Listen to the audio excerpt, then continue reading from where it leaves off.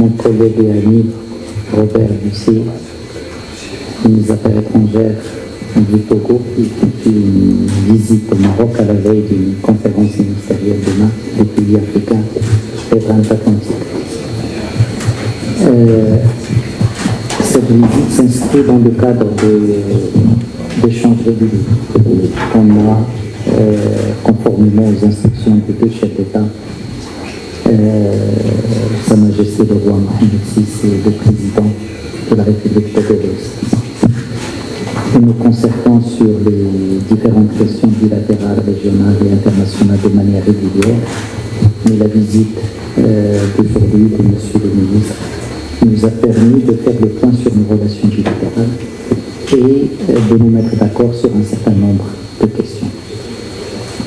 Tout d'abord, nous avons convenu de tenir la prochaine réunion de la commission mixte à Lomé durant l'automne prochain et que la réunion préparatoire se tiendra bien avant ici à Rabat au niveau des hauts fonctionnaires. Nous avons aussi convenu de tenir en marge de cette commission mixte un forum économique maroco-togolais en présence des hommes d'affaires des deux pays dans des secteurs prioritaires.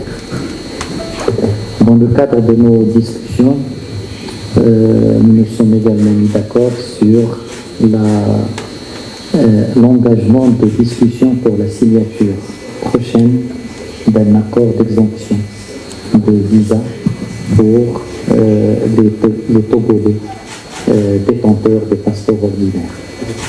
Et nous pensons pouvoir signer cet accord très prochainement, peut-être dans les quelques semaines à venir, pour marquer la qualité des relations humaines entre les deux pays et permettre aux Marocains voulant visiter le Togo, aux Togolais voulant visiter le Maroc, de le faire avec toutes les facilités nécessaires.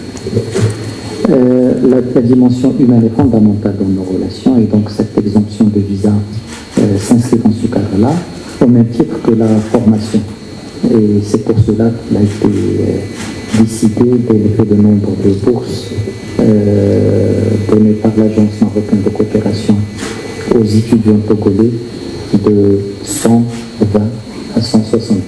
Ajouter 50 bourses supplémentaires pour les étudiants togolais et renforcer une expérience qui est une des plus fructueuses de formation.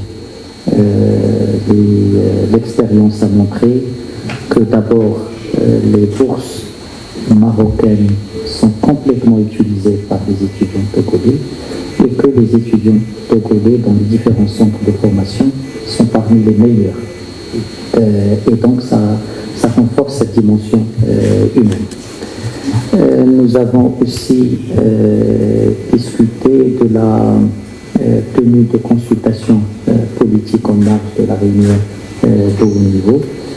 Nous partageons les mêmes perspectives sur beaucoup de questions, notamment régionales et continentales. Nous avons discuté de la situation dans la sous-région, au Sahel et notamment au Mali. Nous partageons la même perspective. Nous avons une convergence totale des points de vue.